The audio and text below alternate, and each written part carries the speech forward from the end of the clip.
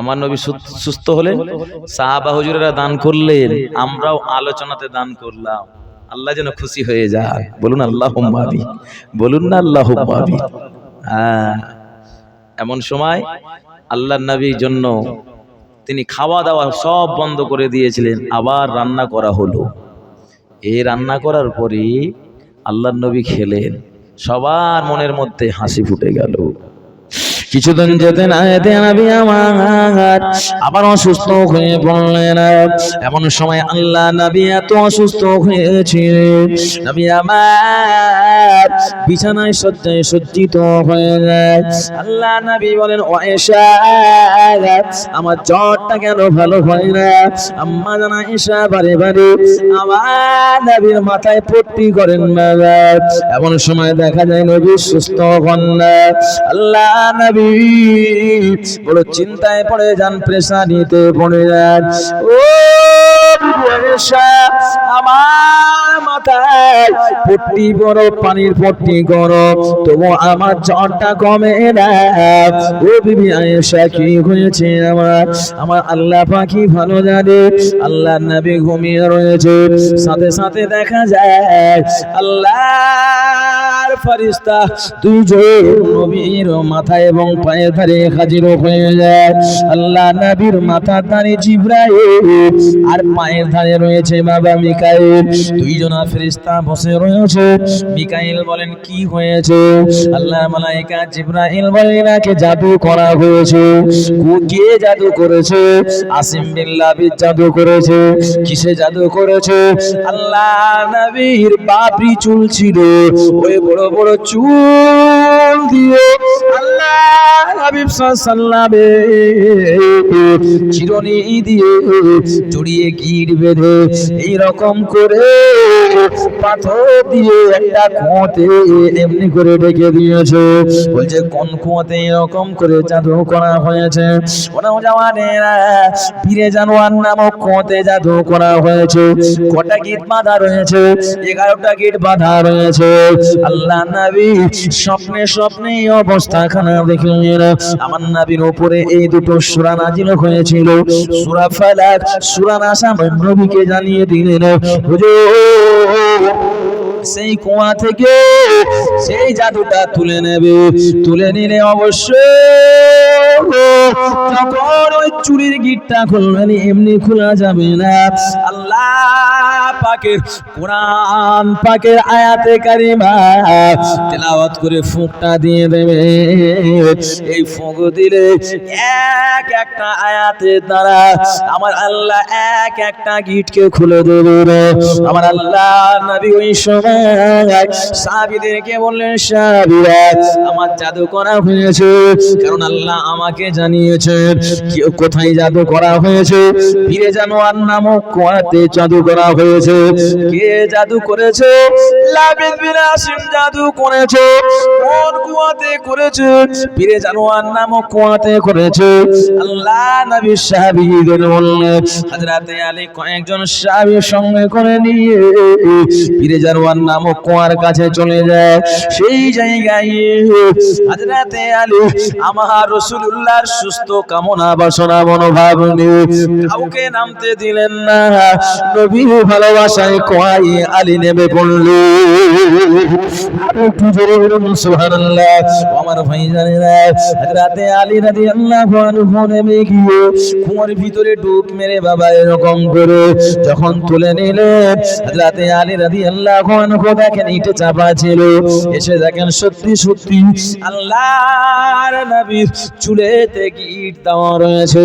আমার নবীকে এনে দিলে আল্লাহর নবী বললেন, বাবা আলী, তুমি তুলেছো, তুমি সূরা ফালাক নাস এক একটা আয়াত পাঠ করে তুমি এক একটা গিটে ফুঁক মেরে দেবে।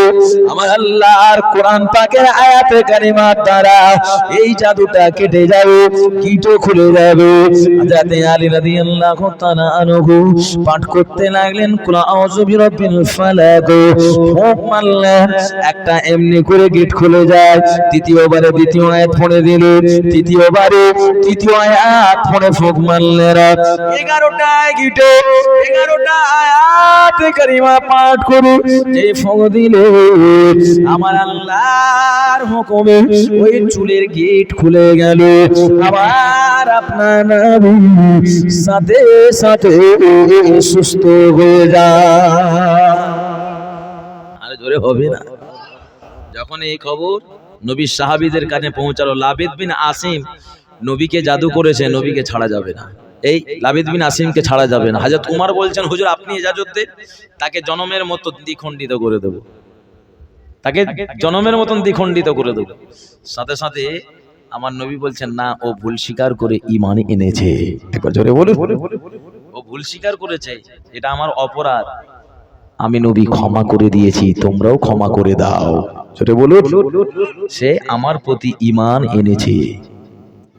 আমার ভাইজানেরা, নওজওয়ান যুবকেরা, তরুণেরা, বাচ্চারা, কিছুদিন যাওয়ার পরে দেখা যায় আল্লাহ নবী আবার অসুস্থ হয়ে পড়লেন। আল্লাহ নবী এত অসুস্থ হলে এমনি করে বাবা, এমনি করে পহিলা রবিউল আউয়াল আমার আপনার নবী অসুস্থ হয়ে পড়লেন। আল্লাহ নবী সাহাবীরা বর্ণনা করেন, এমনি করে দেখা যায় বাবা হযরত ইমাম হাসান ও হুসাইন আমার আপনার নবীকে গিয়ে বলেন, নানা যান, নানা যান, ও আমার নানা যান, আজকে রাতে একটা স্বপ্ন দেখলাম, এত চকচকে খাটিয়া। আমার নবী বলেন, কি খাটিয়া? কারণ নবী সব বুঝতে পেরেছে। আমার হাসান ও হোসেন যদি জেনে নেয় আমার ওফাদের ব্যাপারটা, আমার হাসান ও হোসেন তো দুঃখ পাবে, কষ্ট পাবে। বলছে, ভাই কিসের খাটিয়া? ইয়া রাসূলুল্লাহ, হাবিবাল্লাহ, আল্লাহর আসমান থেকে একটা নুরানি খাটিয়া আপনার ঘরে নেমে পড়া। আমার এই স্বপ্নের তাবিরটাকে আল্লাহর নবী হাসান হোসেনের মুখের পানে দিকে তাকান, নবীর মন খারাপ হয়ে যায়। হাসান হোসেনকে আমার নবী দুঃখ দেবেন না, কষ্ট দেবেন না। আল্লাহ নবী বললেন, ভাই হাসান হোসেন, তোমাদের স্বপ্নের তাবিরটা আমি পরে বলবো। হযরত উসমান আমার নবীকে এসে বলেন, ইয়া রাসূলুল্লাহ, হাবিবাল্লাহ, আমি উসমান, আমি স্বপ্ন দেখলাম জিহাদের ময়দানে যুদ্ধ করতে করতে শত্রুদের হাতে আমার ঢালটা ভেঙে গেল, আমার তাবিরটা কি হবে? হযরত আলী বললেন, ইয়া রাসূলুল্লাহ, হাবিবাল্লাহ, জিহাদের ময়দানে জিহাদ করতে করতে আমার জুলফিকার নামক তরবারিটা ভেঙে গেল, এই তাবিরটা কি হবে? আমার নবী কাউকে বললেন না। আল্লাহ নবী বললেন, উসমান আলী, আমি পরবর্তীতে তোমাদের তাবিরটা বলবো। আল্লাহ নবী অসুস্থ হয়ে পড়লেন, আমার নবী আর চলতে পারে না, ফিরতে পারে না। ও ভাইরানে, আমার আপনার নবী সমস্ত বিবিদেরকে বললেন, ও আমার বিবিরা, আমি চলতে পারি না, হাঁটতে পারি না ভালোভাবে, আমি তো বিশাল অসুস্থ হয়ে পড়েছি, তোমরা যদি ইজাজত খানা দাও, তোমাদের আমার ছোট স্ত্রী আয়েশার কাছে থাকার পারমিশন দিলে আমি নবী, আমার মনে হয় আমার ভালো হয়। সমস্ত আম্মা জানেরা এমনি করে পারমিশন নিয়ে নেয়। ইয়া রাসূলুল্লাহ, হাবিবাল্লাহ, আমাদের বোন আয়েশার কাছে আপনি থাকবেন, এতে আমরা বাধা দিতে পারবি না। খুশি হয়ে আমরা হাওয়ালা আয়েশাকে করে দিলাম। একবার জোরে জোরে বলুন সুবহানাল্লাহ। আমার ভাইজানেরা, আম্মা জান আয়েশার কাছে নবী থাকতে লাগলেন, নবীর টেম্পার তাপমাত্রাটা বেড়ে যায়। আম্মা জান আয়েশাকে আমার নবী বলেন, আয়েশা, কারাস নামক করেছে, আমার এমনি করে শরীরটা সুস্থ কেন হয় না? আয়েশা, কারাস নামক কূপের পানি আনো, 7 মতো পানি আমার মাথায় ঢেলে দেবে। আল্লাহর হাবিব সাল্লাল্লাহু আলাইহি ওয়াসাল্লামকে একটা গামলায় যখন বসিয়ে দিলেন 7 মশক পানি, ওই সময় বাবা এমনি করে মাথায় এমনি করে ফেলে দিলেন। ও আমার ভাইজানেরা, আম্মা জান মায়েশা 7 তবক এমনি করে 7 মশক পানি মাথায় যখন ঢাললেন, এমন সময় দেখা যায় আম্মা জান মায়েশার পানি ঢালার পরে আল্লাহর নবী বললেন, একটু সুস্থ হলাম কিন্তু জ্বর কেন সারে না? আমার ভাইজানেরা, আল্লাহর নবী আর থাকতে পারেন না, এসে আমার কি হলো? একদিন ফজরের সময় দেখা যায় আমার নবী বসে রয়েছেন, আর উঠতে পারেন না। আম্মা জান আয়েশা বলেন, ইয়া রাসূলুল্লাহ, হাবিবাল্লাহ, আপনার সাহাবায়ে কেরাম গণেরা আপনার ইমামতিতে নামাজ পড়বে বলে ইন্তেজার। আল্লাহর নবী বললেন, আয়েশা, আমার নামাজের জায়গায় তোমার আব্বা আবু বকরকে আবার যেতে বলো। আম্মা জান আয়েশা তিনার আব্বা আবু বকরকে যেতে বললেন। নামাজের ইমামতি করে সাহাবা হুজুরেরা আল্লাহর নবীকে দেখতে আসলেন। আমার নবী আর উঠতে পারেন না, আল্লাহর নবী বিছানায় শয্যায় সজ্জিত। এমন সময় দেখা যায় বাবা নবী আমাদের দুনিয়ার বাদশা হাবিবুল্লাহ জনাব মুহাম্মদ রাসূলুল্লাহ পরেশানিতে পড়ে যান, কষ্ট হয় মনে মনে। নবী মসজিদে নববীতে যেতে পারেন না, আল্লাহর নবী অসুস্থ হয়ে রয়েছে। আমার নবী আম্মা জান আয়েশা হয়ে রয়েছে। ও আমার ভাইজানেরা, আল্লাহ নবী এত অসুস্থ হয়ে রয়েছে, তবু আমার নবী মানুষের হক আদায় করতে ছাড়েন না। আল্লাহর নবী একদিন মসজিদে নববীতে বললেন, আয়েশা, কয়েকজন সাহাবীকে ডেকে আনো। সাহাবীকে ডাকা হলো। ওই সাহাবীরা এসে হযরতে আলী সহ আমার নবীকে নিয়ে এমনি করে বাবা মসজিদে নববী শরীফে গেল। মসজিদে নববী শরীফে গিয়ে যখন হাজির হলেন, এমন সময় দেখা যায় আল্লাহর নবীকে কাঁধে নিয়ে আলী নিয়ে দাঁড়িয়ে রয়েছে। আমার আপনার নবী ওই সময় মসজিদে নববী শরীফের চতুর্দিকে তাকায়, আরে আল্লাহর ঘর থেকে আমি নবী বড় খুশি হয়ে গেলাম। আরে একটু জোরে বলুন সুবহানাল্লাহ। আমার ভাইজানেরা, আমার নবী বলেন, সাহাবীরা, আমার আল্লাহ পাক তার একজন বান্দাকে পৃথিবীর সমস্ত ভার দায়িত্ব তিনাকে দিয়ে দিবেন, কিন্তু সেই বান্দাটা সেই ভার দায়িত্ব চান না। সেই বান্দাটা স্বয়ং খোদার দিদার করতে চেয়েছে। আরে বলুন সুবহানাল্লাহ। আবু বকর সিদ্দিক ওই সময় বুঝতে পেরেছে। আবু বকর মসজিদে নববী শরীফে হাওমাও করে কাঁদে। নওজওয়ানেরা, এমন সময় দেখা যায় বাবা হযরতে আবু বকরের কান্না দেখে আল্লাহর নবীর সাহাবারাও কাঁদে। কি ব্যাপার? ইনি কি বুঝতে পেরেছেন? আমার নবীর কথা বলা অনুযায়ী বুঝতে পারলাম আর নবী পৃথিবীর জমিনে থাকবেন না। এমন সময় আমার নবী বললেন, সাহাবীরা, আমি নবী তোমাদের কাছে যে যার কাছে ঋণ পাই, কেউ যদি আমার কাছে কোনো আবদার পেয়ে থাকে, আমি নবী আমাকে জানিয়ে দাও। আল্লাহ নবী এত অসুস্থ, আলী ধরে রয়েছে, আর একজন সাহাবী ধরে রয়েছে। নবী আমার ঠিক মতো উঠে দাঁড়াতে পারে না। আল্লাহ নবী এই অবস্থা খানা দেখে সাহাবী বললেন, হুজুর আমি টাকা পাই। হযরত আলীকে বললেন, বাবা তুমি পরিশোধ করে দাও, কারণ কারো মেরে আমি নবী কবরে যাব না, কারণ এতে আমার আল্লাহর দিদার হবে না। আমার ভাইজানেরা, হক মেরে গেলে প্রতিশোধ দিতে হবে, জান্নাতের গন্ধ পাবেন না। নওজওয়ান যুবকেরা, তরুণীরা, বাচ্চারা, এমন সময় দেখা যায় হযরতে আলী প্রতিশোধ করে দিলেন। একজন সাহাবী আর উঠে দাঁড়ালেন, হুজুর আমি টাকা পয়সা পাই না, কিন্তু আমি কিছু পাই আপনার কাছে, কারণ আপনি আমার কাছে নিয়েছেন সেটা পাই। বলছে কি বাবা বলো? ওই সময় বলেন, হুজুর আমি আপনার উটখানা নিয়ে আমি জিহাদের ময়দানে যাচ্ছিলাম, আর আপনি চাবুক মেরেছিলেন, সেই চাবুকটা আমার পিঠে অনেক জোরে লেগেছিল। ওই সময় নবীর সাহাবী বলেন, তাহলে কি হবে ইয়া রাসূলুল্লাহ, হাবিবাল্লাহ, তার প্রতিশোধটা আমি নিতে চাই। হযরতে ওমরের চোখ দিয়ে পানি, আবু বকরের চোখ দিয়ে পানি। আমার এমনি করে দেখা যায় ওমর খেপে গেল। এ সাদ ইবনে আবি ওয়াক্কাস, তুমি কি পাগল হয়ে গিয়েছো? তুমি কি মুনাফিক হয়ে গিয়েছো? আমার নবী মৃত্যু শয্যায়, সেই নবীর কাছে তুমি কি করে মারের আহ্বান চাইলে?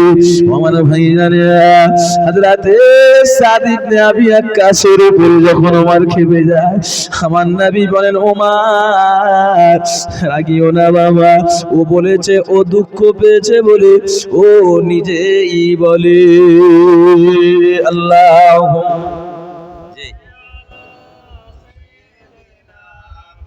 না, আপনি কোথায়?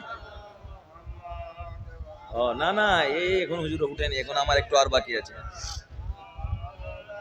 না না, আল্লাহুম্মা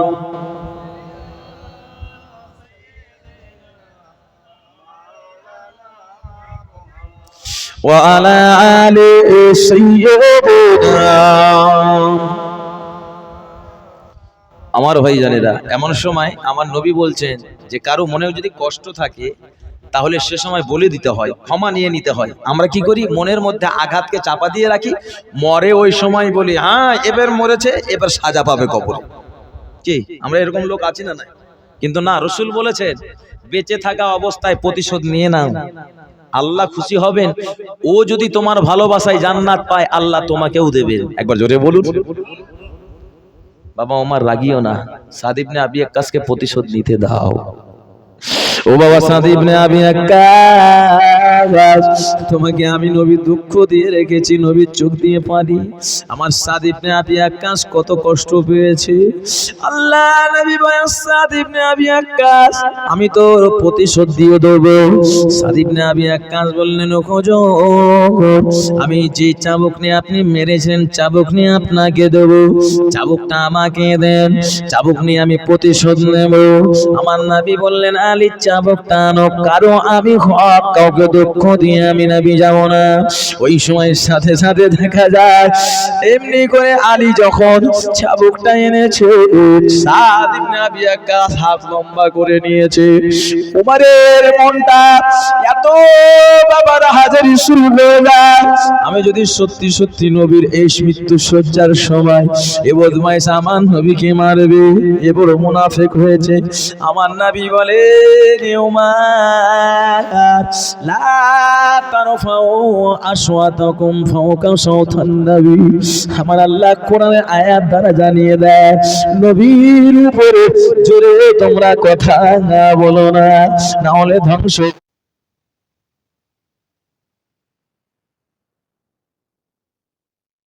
জালালি মেজাজের নবী, তাই ও দুনিয়ার মুসলমানেরা, উমর কিন্তু ওই সময় বলেন বিয়াদবি করছো এ সাদ ইবনে আবি ওয়াক্কাস। তখন এই কোরআন মাজিদের আয়াতে কারিমা নাজিল হয়ে যায়, আমার নবী সাবধান করে দিলেন। উমর চুপ রইলেন। সাদ ইবনে আবি ওয়াক্কাসের হাতে চাবুক, ওই সময় যে আমার নবীর কাছে প্রতিশোধ নিতে যাবে, সবাই সাদ ইবনে আবি ওয়াক্কাসের দিকে তাকান। আমার ভাইজানেরা, এমন সময় সাদ ইবনে আবি ওয়াক্কাস বলেন, হুজুর আপনি যখন আমারে মেরেছিলেন আমার গা খালি ছিল, কিছু ছিল না। আমি সাদ ইবনে আবি ওয়াক্কাস আপনার খালি গায়ে প্রতিশোধ নেব। মসজিদে নববী শরীফে বাবা থমথম হয়ে যায়, সবাই নবীর চেহারার দিকে তাকায়, সাদ ইবনে আবি ওয়াক্কাসের চাবুকের দিকে তাকায়। আল্লাহ নবী বলেন, সাহাবীরা কোথায় আমার সাদ ইবনে আবি ওয়াক্কাস আমার প্রতিশোধ খানা নেবে? এমন সময় আমার নবী গেঞ্জি তুলতে বললেন, সাদ ইবনে আবি ওয়াক্কাস প্রতিশোধ নিচ্ছেন বাবা, জান্নাতের প্রতিশোধ। সাদ ইবনে আবি ওয়াক্কাস মদিনার মসজিদে নববী শরীফে সমস্ত সাহাবাদের মাঝে তিনি নবীর ভালোবাসা ফুটিয়ে তুলে দিলেন। সাদ ইবনে আবি ওয়াক্কাস বেয়াদব নয়, সাদ ইবনে আবি ওয়াক্কাস হলেন নবীর প্রেমে। আর একটু জোরে বলুন সুবহানাল্লাহ। ইরশাদ ইবনে আবি আক্কাস তিনি সাথে সাথে চাবুকখানা নবীর কদম মোবারকে রেখে দিয়ে মোহরে নবুয়াতে চুমা দিয়ে দেয়। আর একটু জোরে বলুন সুবহানাল্লাহ। মদিনার মসজিদে নববী শরীফে সবাই খুশি হয়ে গেল। কি ব্যাপার? সাদ ইবনে আবি আক্কাস কি করলো? আমাদের মনের ভিতরে রাগ ধরেছিল, কিন্তু সাদ ইবনে আবি আক্কাস আমাদের সবার মনটাকে জয় করে দিল। আমার নবী জানিয়ে দিলেন, সাহাবীরা আমার সাদ ইবনে আবি আক্কাস মোহরে নবুয়াতে চুমা দিয়েছে। আমি নবী জানিয়ে দিলাম আমার সাদ ইবনে আবি আক্কাস জান্নাতি জান্নাতি জান্নাতি। 10 জন পৃথিবীর জমিনে সার্টিফিকেট পাওয়া সাহাবীদের মধ্যে সাদ ইবনে আবি আক্কাস একজন মর্যাদাশীল জান্নাতি ব্যক্তি। একবার জোরে জোরে বলুন সুবহানাল্লাহ। আমার নবীকে সেখান থেকে বাবা আম্মা জান আয়েশার ঘরে পৌঁছে দিলেন। অনেক ঘটনা বাবা আমার ভাই জানেরা, সংক্ষিপ্ত আকারে আপনাদের কাছে বলি, কারণ আমাদের হুজুর কিবলা চলে আসবে। তাদের মধ্যে বাবা অনেক সময় কেটে গেল। আমার ভাই জানেরা, আল্লাহ নবী আম্মা জান আয়েশার বাড়ি গেলেন। আমার নবী অসুস্থ। আবু বকর এমনি করে বাবা হযরতে ওমর, হযরতে ওসমান, হযরতে আলী এই দুইজন নবীকে জিজ্ঞাসা করেন, হুজুর কি ব্যাপার? আমি না এই স্বপ্ন দেখলাম। নবী বললেন, ওসমান ওমর, তোমরা যে স্বপ্নখানা দেখেছো সত্য, হাসান হোসেন যে স্বপ্ন দেখেছে সত্য। দুইজনে তিনজনের স্বপ্নটাকে নবী ব্যাখ্যা করলেন না। ও বাবা ওসমান আলী, আমি হলাম শরীয়তের ঢাল এবং তরবারি। আমি নবী দুনিয়ার জমিনে থাকবো না, আল্লাহ দিদার হয়ে যাবে বাবা। তাই তোমাদের কাছ থেকে শরীয়তের ঢাল আর তরবারি ভেঙে যাচ্ছে, তাই আমি নবী বিদায় নিয়ে নেব। নাতি হাসান হোসেন, তোমারে কি করবো? আমার নবী হাসান হোসেনকে দেখে চোখ দিয়ে পানি ঝারি হয়ে যায়। আল্লাহ নবী বলতে পারেন না। ও আমার ভাই জানেরা, আল্লাহ নবী আর বিছানায় শয্যায় সজ্জিত হয়ে পড়লে এত অসুস্থ আল্লাহ নবী উঠে বসতে পারেন না। নবী আমার বলেন, আয়েশা একদিন দুপুরের সময়, ও বিবি আয়েশা, আমার স্বামীরা মদিনার মসজিদে কি করেন? ওই সময় বলেন আপনার স্বামীরা মদিনার মসজিদে জামাতের সঙ্গে নামাজ আদায় করেন। আয়েশা কাপড়টা একটু তুলো। কাপড় তোলা হলো বাবা, পর্দা তুলে দিয়ে আমার নবী দেখছে, আর খাও খাও করে আমার নবীর চোখ খানা দিয়ে পানি খানা গড়িয়ে যায়। আম্মা জান আয়েশা আমার নবীর কান্না লেগে থাকতে পারেন না, তার চোখেও পানি।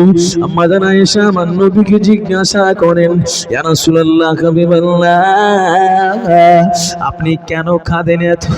আপনার কান্নার কারণ কি? আমার নবী বলেন, আয়েশা আমি দুঃখের কান্না কাঁদি না, আমি নবী আজকে এতই নামাজের জন্য কষ্ট করেছি আয়েশা।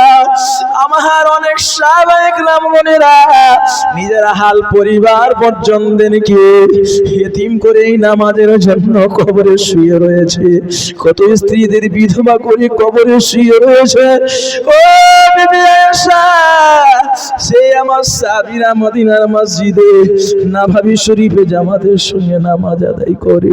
আমি নবী এই নামাজের জন্য আমি রাসূল খুশি মনে কাঁদে। আমার আয়েশা বলেন, আমার নবী এত অসুস্থ, আল্লাহর নবী আর থাকতে পারেন না, আমার নবী শয্যায় সজ্জিত হয়ে রয়েছে না। আমার জান আয়েশা বর্ণনা করে, আমার ভাই আব্দুল্লাহ মিশওয়াক করতে করতে আমার নবীকে দেখতে আসে। আল্লাহর নবী এই সময় ওই মিশওয়াকের দিকে তাকিয়ে রয়েছে। এমন সময় আমি আয়েশা নবীকে বললাম, কারণ আপনি তো মিশওয়াক করতে পছন্দ করতেন। ওই সময় বললেন, হ্যাঁ মিশওয়াক মিশক করবো, মাথা নাড়া দিলে আম্মা জান আয়েশা ভাই আব্দুল্লাহর কাছ থেকে মিশকটা নিয়ে উল্টো দিকটা নিজে চিবিয়ে আল্লাহ নবীকে দিয়ে দেন। আমার নবী মিশক করলেন। কিছুক্ষণ পর দেখা যায় বাবা আম্মা জান ফাতেমাকে আলীর মাধ্যম দিয়ে ডাক দিল। আলী চলে আসলেন, ফাতেমা চলে আসলেন। তারা দুজনে কথা বলেন। আমার নবী মাঝে মাঝে বেহুশ হয়ে যায়। রাসূলুল্লাহর ঘরে কান্নার রোল উঠে যায়। হাসান ও হোসেন কাঁদে, ফাতেমা কাঁদে, আয়েশা কাঁদে, উম্মে সালমারা কাঁদে, সব বিবিরা কাঁদে, সব আম্মা জানেরা কাঁদে, সাহাবায়ে কেরামগণেরা কাঁদে। আল্লাহ নবী মাঝে মাঝে জ্ঞান হারিয়ে ফেলেন, বেহুশ হয়ে যায়। ভাই হাসান হোসেন নানা জানের পায়ের কাছে বসে কাঁদে। আল্লাহ নবীর জ্ঞান যখন ফিরে, ভাই হাসান ভাই হোসেন কেঁদো না ভাই, তোমাদের স্বপ্নের তাবিরটা না বলে গেলে তোমরা রেগে থাকবে। যে খাটিয়াটা তোমার নানার বাড়ি নেমেছিল ওই খাটিয়াটা তোমার নানা জানের খাটিয়া, তোমার নানা জান আর থাকবে না। হাসান হোসেন গলা ধরে কাঁদে। আরে আমাদের নানা জান কি ভালোবাসা দিয়েছে, নানা জানের জিবার ভিতর দিয়ে আমি হাসান হোসেন জান্নাতি খাবার খেয়েছি, সেই নানাকে আর পাবো না। আল্লাহ নবী অঝন নয়নে কাঁদে। ও আমার ভাই জানেরা, ইমাম হাসান হোসেনের কান্না দেখে আল্লাহ নবী সহ্য হয় না। ফাতেমাও ডুকরে ডুকরে কাঁদে, আম্মা জান আয়েশাও কাঁদে। আমার নবী বেহুশ হয়ে যায়। আম্মা জান ফাতেমার কান্না দেখে আমার নবী সহ্য হয় না, কারণ ফাতেমাকে বড় ভালোবাসতেন। ফাতেমাকে কানে কানে আমার নবী কি শুনিয়ে দিল, ও বেটি ফাতেমা, ও বেটি ফাতেমা, আমি তোমার আম্মা জান জানিয়ে দিলাম। কি যেন বলে দিলেন। ফাতেমার কান্না বন্ধ হয়ে মুখে হাসি চলে আসে। আম্মা জান আয়েশা ওই সময় ফাতেমাকে বলেন, মা ফাতেমা তুমি কাঁদছিলে আব্বা জানের সুখে, তুমি মুচকি কি তোমার আব্বা জান বলে দিল, তুমি হেসে ফেললে। ও বেটি ফাতেমা আমাকে বলো না। আম্মা জান ফাতেমা বললেন, মা আমার আব্বা জান বলেন আমি বিদায় নেব, আর আমার ইন্তেকালের অবাধে 6 মাস পরে আল্লাহ জান্নাতে আমার আর তোমার দেখা হয়ে যাবে। আমি একটু জোরে বলুন সুবহানাল্লাহ। তাই আমি ফাতেমা দুনিয়াতে 6 মাস আব্বা জানের থেকে ডিভাইস হয়ে থাকবো, জান্নাতে দেখা হয়ে যাবে।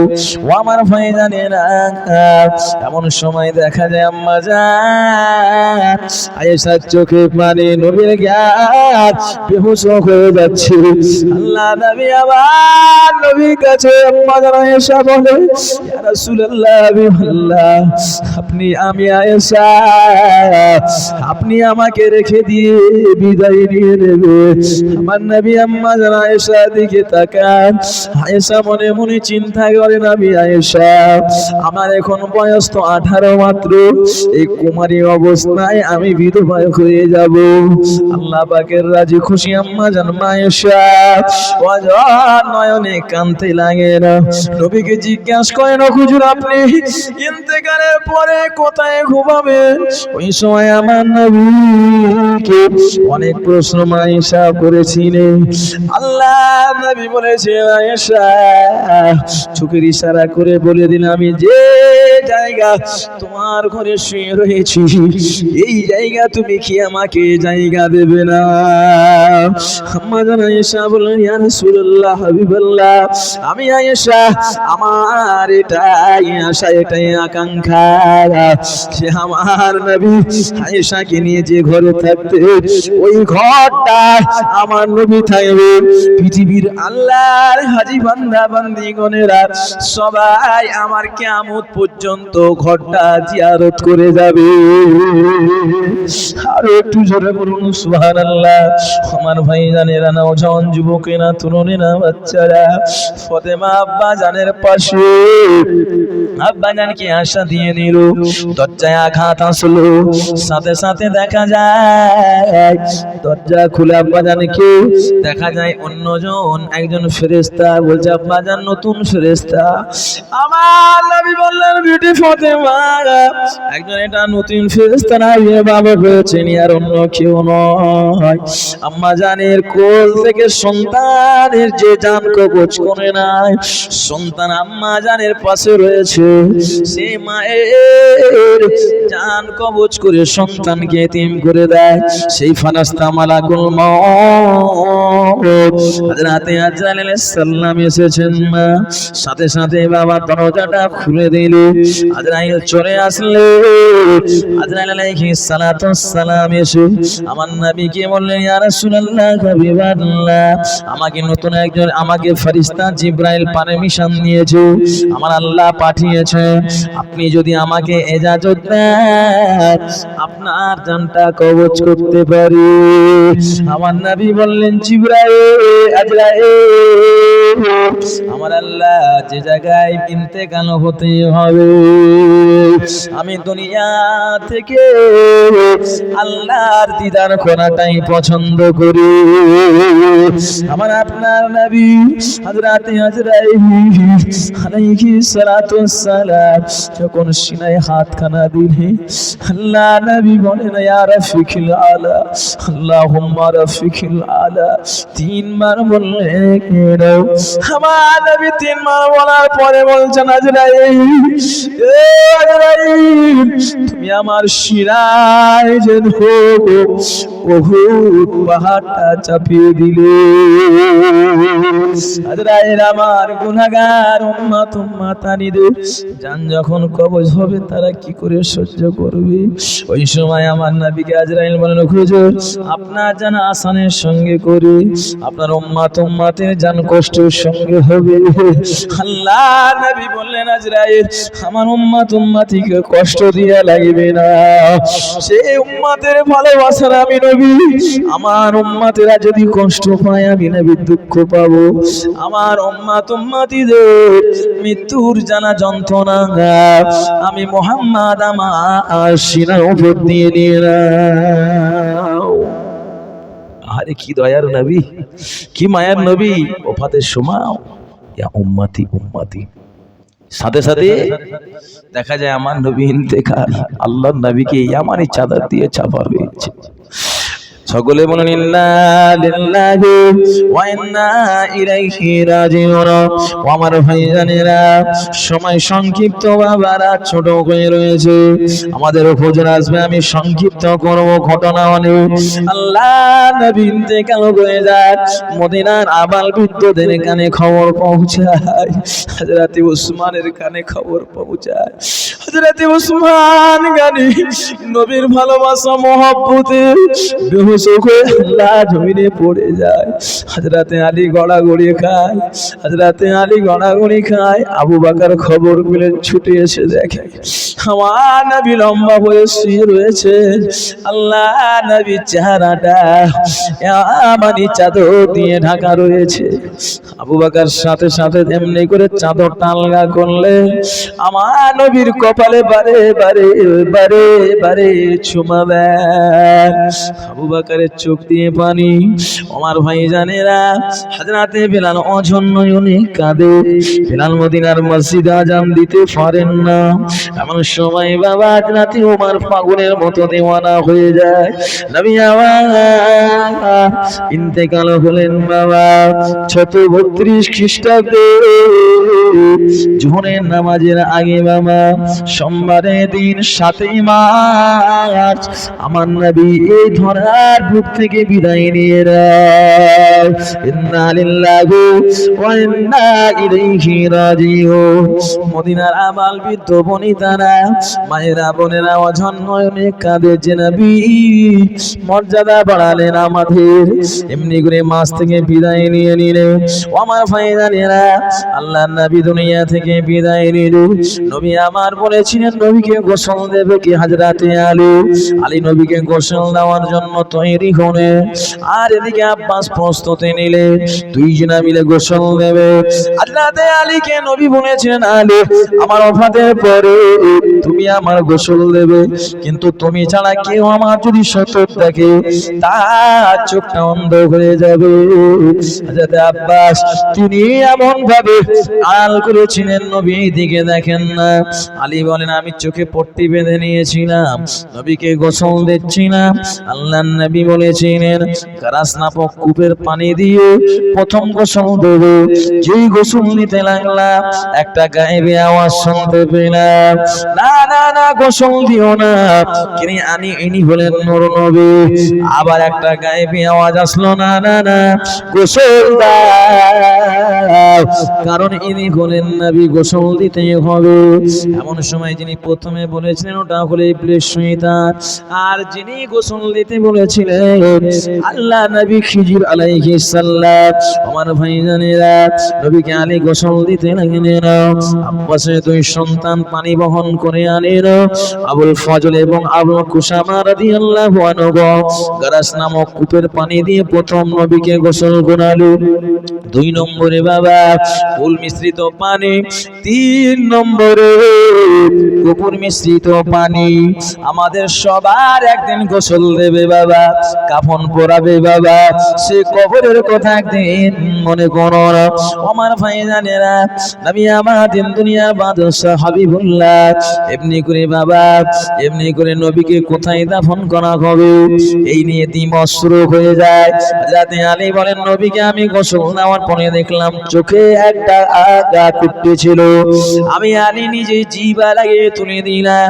নবী যে জায়গায় জল পড়তেন, এজার ব্যবহার করতেন, লুঙ্গি পরতেন, ওই জায়গায় একটু গর্ত হয়েছিল, ওই জায়গায় একটু পানি ছিল।